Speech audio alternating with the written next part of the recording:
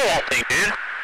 UAPs and UFOs, we're talking about basically the same broad thing of these objects that pilots have episodically seen and not been able to explain. And so this report, which is still being finalized, this report finds there isn't a definitive explanation for around 120 incidents, reported incidents of UFOs. It also finds, according to one of the officials that we spoke to, that there's no evidence that these phenomena are from secret US programs, which has been a hypothesis that people have long speculated about.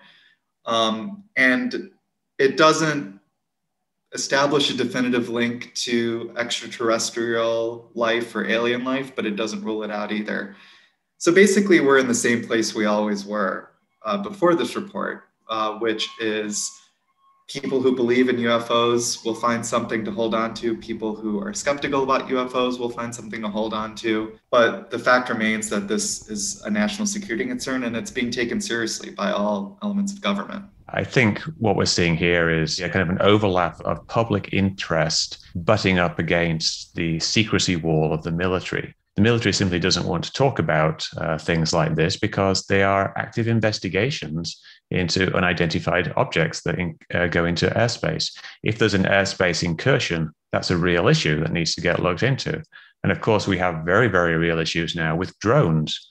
And increasingly, other nations and other bad actors are going to be using drones to try to get into our airspace to spy on us and possibly even attack us. So that's something that needs to be dealt with.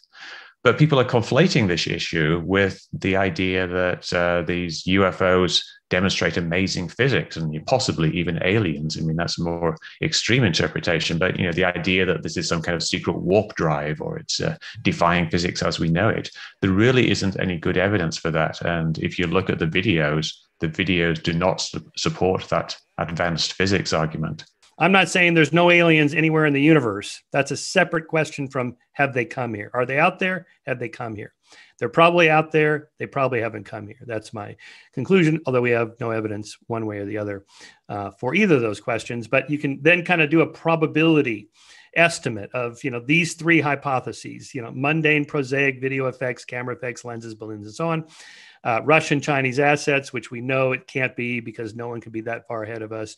That's not how it works. Or aliens. And in terms of skeptical principles, just remember, before you say something is out of this world, first make sure it's not in this world. So let's not jump to extraordinary claims until we have the ordinary ones ruled out. And then the ECRI principle, we call it, extraordinary claims require extraordinary evidence.